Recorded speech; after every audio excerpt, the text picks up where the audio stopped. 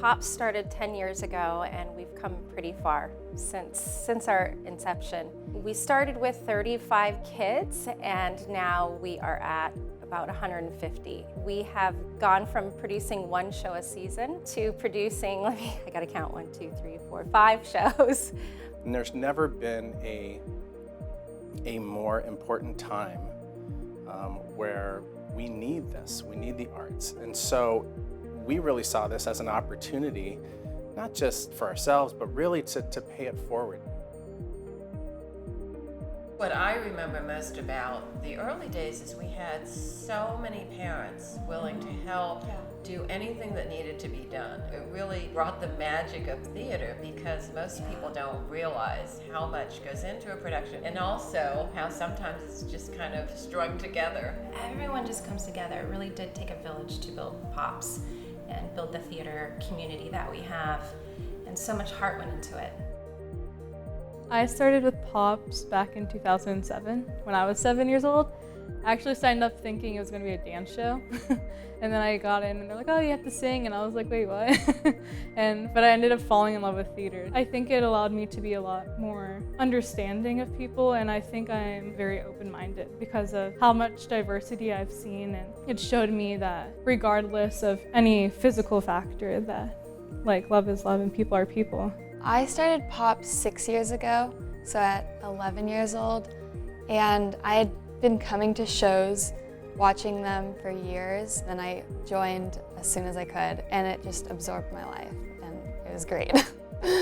When we transitioned into the studio building, it was very different because we didn't have to share a space with anybody else except for ourselves, and it became more of a home. At a space that they have time regulations, you can't practice as much or you can't learn as much, but when you come to a studio like this, they can dictate the hours, and the students can learn how to sing and improve on acting and dancing and work on the production for as long as they necessarily need to.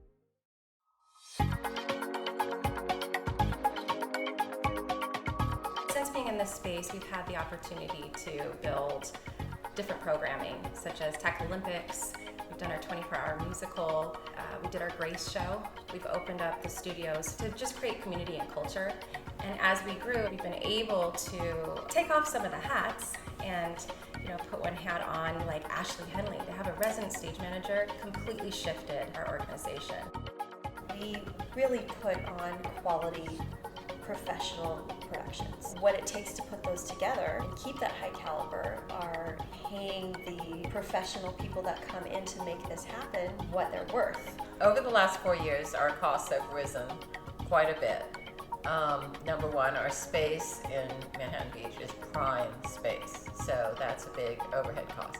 But also, as you recruit and hire more staff of specialized nature, their costs increase quite a bit.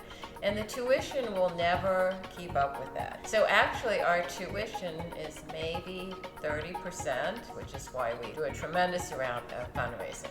So what I would like to see is for Pops to grow a very large group of foundation members who believe that the arts are important for our community and will put their money where their mouth is, and to enable us to be able to bring all this great program to not just kids, but to everyone in the community.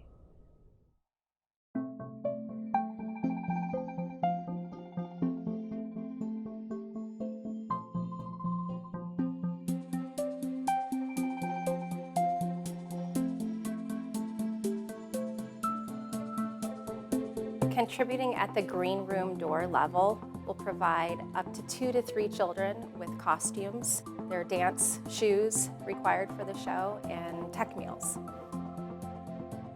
We've done some outreach in the past to bring groups of kids and organizations into our shows and introduce them to what we do. The outreach this year is of a far greater magnitude than we've ever reached before. We had a total of 500 children come in, and it was a really big endeavor to get the buses donated, and all of the staff worked together to make it happen. Having them come in and the younger ones look up at how tall the theater was, and one little boy said, "My heart's beating out of my chest. I just don't know what's gonna happen. And he was just so excited. He just couldn't stop talking. It was, and how, I can't believe they can do that. And how old's that? How old's Oliver? And if he can do that, I can do that. Can I come back next year? It was just like this flow of inspiration and ideas. Okay, go for it. I'm gonna ask what's the hardest thing doing in the play. What was the hardest thing somebody had to do in the play for you? It was like okay, like I felt like I wasn't gonna fit in or anything, and after like a couple days or weeks, people started inviting me in, and like I became friends with almost everyone, probably everyone. Most likely. Awesome. Okay, I have another question. My name's Natalie. Box office store contributions will enable us to provide transportation, food, concessions, and tickets for at least 10 kids to attend the outreach performance. Our rehearsal door will provide a scholarship for a student, and that covers their tuition. It also covers their rehearsal materials, so that might mean dance shoes or the printing for their scripts. It also provides workshops that prepare them to actually even begin the rehearsal process. Zip and zap and zap. Good. And like in acting, when we have one intention that we're trying to communicate, maybe we're speaking it, and sometimes we're not. We need to feel that with our entire bodies. So we're sending it, Gigi, zip with our entire bodies. Zap. Good. Stop. When I first met Ashley, when she came on as our stage manager, I had never seen what a stage manager could do.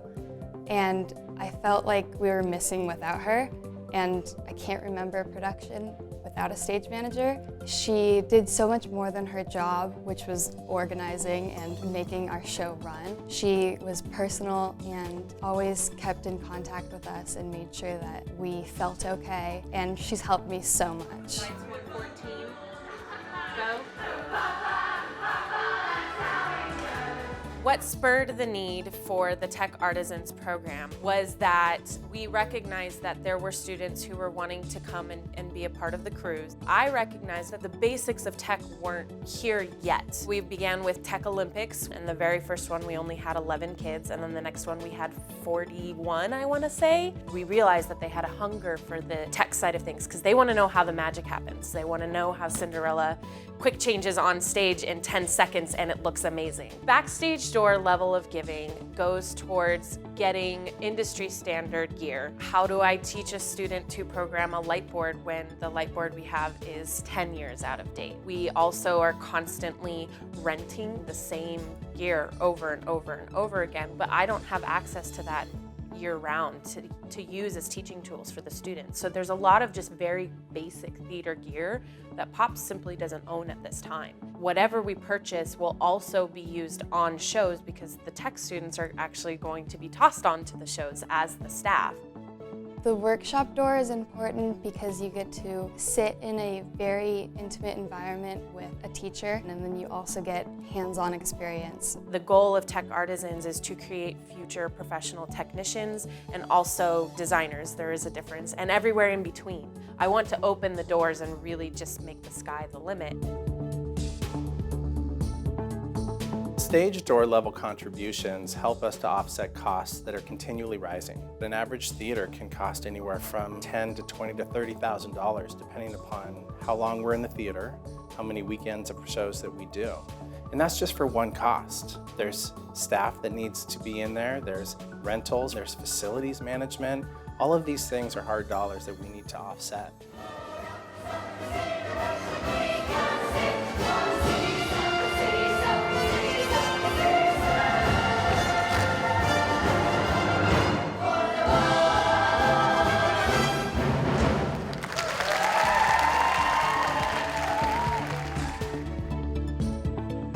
What would it take to change a child's life?